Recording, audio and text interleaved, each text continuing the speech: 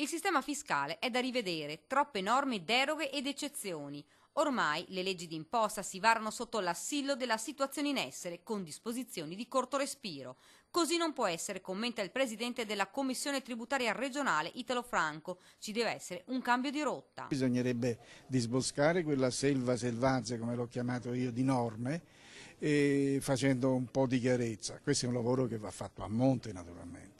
Bisogna studiare bene le norme d'imposta, ma c'è un ma. Ma evitare di intervenire troppe volte sulla stessa materia, andando a modificare le norme o andando a fare eccezione e così via, oppure andando a fissare una decorrenza diversa per certi periodi.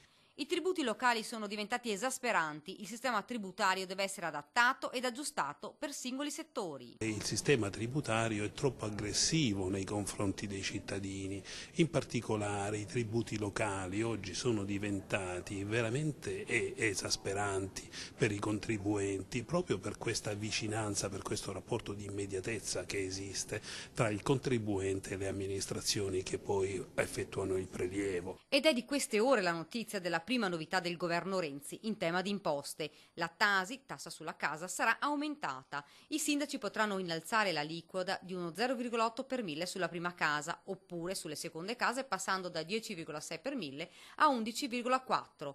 Una vera e propria mazzata che andrà a colpire nuovamente cittadini ed imprese. Secondo la CGIA di Mestre, la Tasi costerà alle imprese italiane almeno 1 miliardo di euro. Insomma, piove sul bagnato e gli animi già accesi diventano incandescenti. Immediata la replica dai neo sottosegretari veneziani freschi di nomina. Questo provvedimento di ieri va incontro alle famiglie perché con la nuova imposta che sostituisce la vecchia IMU sulla prima casa e la Tares c'era il rischio che alcune persone o famiglie che non avevano mai pagato, e mediamente sono i ceti più bassi, più meno abbienti, finissero per pagare qualcosa. Non era giusto. Il Parlamento, fra l'altro, ha approvato in via definitiva una delega fiscale al governo che porterà ad una revisione del sistema tributario.